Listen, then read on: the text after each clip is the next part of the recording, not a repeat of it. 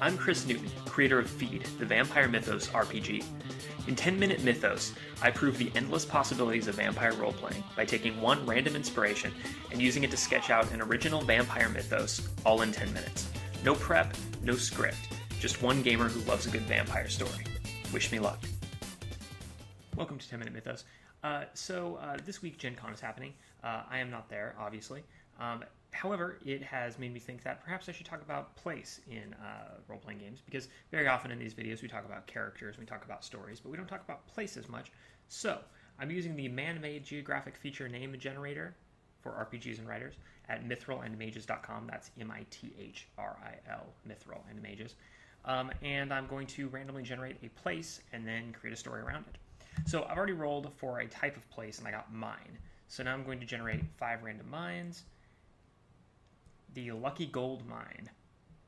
Okay. Oh man, damn it. It's not the... I got the Ovid Pit as my third of my 5 randomly generated sites. The Ovid Pit would be much more interesting. But Lucky Gold Mine. Okay. So it's a gold mine. Now how can we put a group of player character vampires in a story centering on the Lucky Gold Mine? Well, actually, a gold mine obviously is a fine place for an adventure. It seems like maybe what we could do is a story of sort of like a gold rush story, but maybe like a little bit dark, where it's one of those stories where people start to like turn on each other. I'm thinking of the old cartoons where like the people are trapped in the mine and like somebody sees somebody else and like sees them as food. I'm sort of imagining that people trapped in a mine perhaps. Or perhaps just a mine where there's something lurking down there that is changing the people who are in the mine gradually. The mine could actually give you a really interesting dynamic with vampires who can't venture into the sun, particularly if that's something that emerges about them, like they become increasingly intolerant to the sun, because then you could have a group of miners who are infected by whatever's down there, and then gradually need to start going and living in the mine, so that people are disappearing from the crew or the town or whatever, and then are going to develop this little kind of vampire nest in the mine, which the other people then need for their livelihood. Now, the mine is likely to eventually be abandoned if you do a story like this, if it becomes too dangerous down there. However, it could perhaps be insidious enough that that people were playing during a point where people don't notice what's happening yet. So basically, what we can have is it's a mine. There's gold. There is a group of miners, a crew of miners, who are working it together, and somehow they are afflicted with vampirism while they are down there. Now, why exactly this happens? I am not exactly sure, but what we could do is make it almost like a Wendigo type of thing, like make this a sin touches off vampirism and then it becomes transmitted through a bite. So why don't we say that there is like an original sin in this story.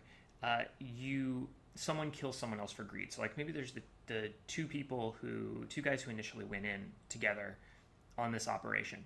They strike gold, they start up the mining operation, then at one point while they're down there talking about what they're going to do, one kills the other, and he contracts vampirism as a result, as kind of like a punishment for his sin, for his greed, and for murdering this person.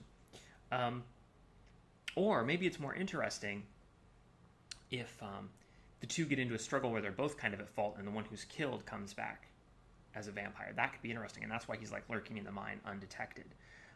So the victim becomes... So what we have now are these two camps. We've got the living miners who see themselves as like the rightful, owners of this stuff.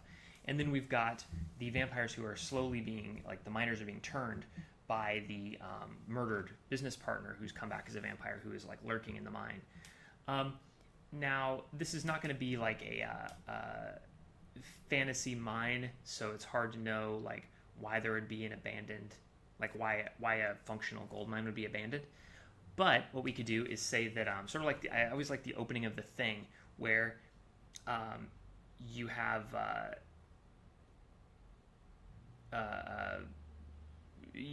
basically you've got foreground story that is not conveyed to the viewer. So like the dog runs up and like there's like the people from the other place and they're speaking Russian, they don't know what's going on.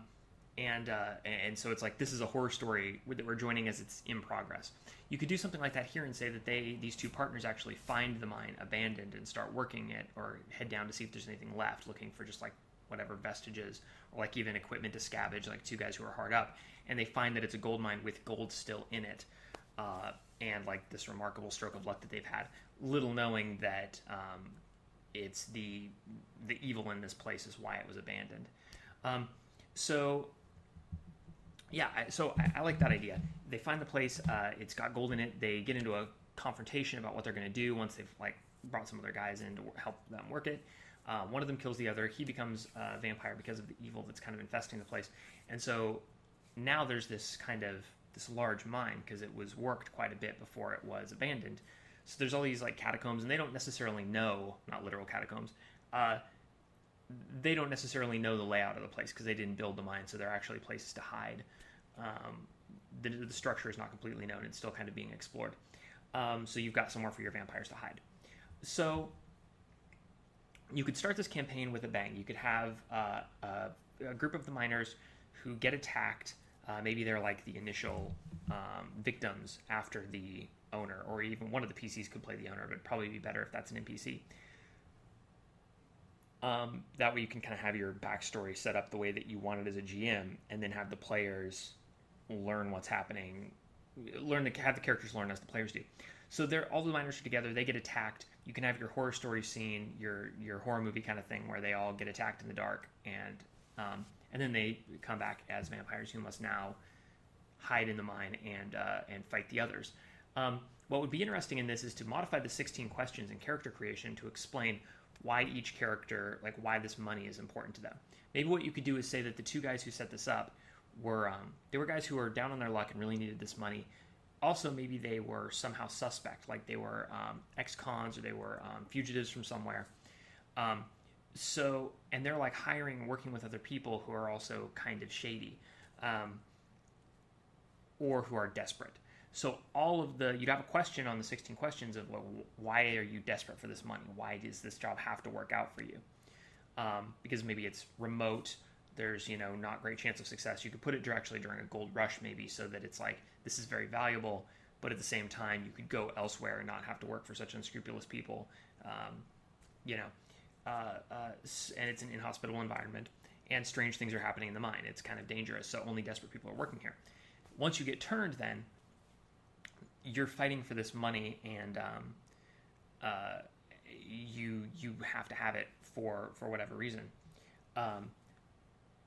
This then gives you an interesting dynamic where you start as victims, then you become the group of vampires who live in this mine.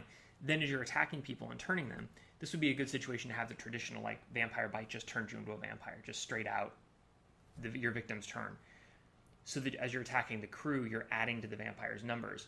So that what starts as your isolated, alone kind of siege mentality, you're in the mine, you're trying to fight the humans, gradually becomes, there are like almost as many of us as there are of them. And how do you continue to keep the other vampires in check, the people who you've attacked and then turned? I think that for powers here, for vampiric traits, it would be good to stick with maybe some pretty basic and traditional physical abilities, make these vampires pretty tough. Also, I think stealth would be a great thing, and maybe something involving like shadow and darkness to give them more mobility in the mine, more so than offensive ability, so that they have, like, the humans have a fighting chance against them, but the vampires can be elusive and can sneak up on them pretty effectively. Sort of a traditional fantasy RPG invisibility type of effect. So, like, maybe as long as you're not doing anything offensive, then you can pretty much sneak up on people very easily, which would allow you to kind of play cat and mouse with the human miners. You would probably want to draw a relationship map with each person and some of the other miners, develop the crew a little bit during character creation and campaign design, so that you know who you're attacking and you have the option of like bringing them onto your side by attacking them, so your victims become your allies. Now they can help us against the other humans now that we've turned them. Now, the need for blood would make you have to go and raid and attack not only the other miners, but perhaps if there's like another settlement nearby. A little boom town would be nice, because then you'd be able to come out of the mine and like victimize those people. And that way, this campaign could really have you looking at the vampire story, the traditional vampire story, from the other side. Like, there's a town, they're preparing against us, though. They're learning our weaknesses, they're preparing their defenses, they're planning to mount expeditions down into the darkness, and now we have to figure out how to defend ourselves.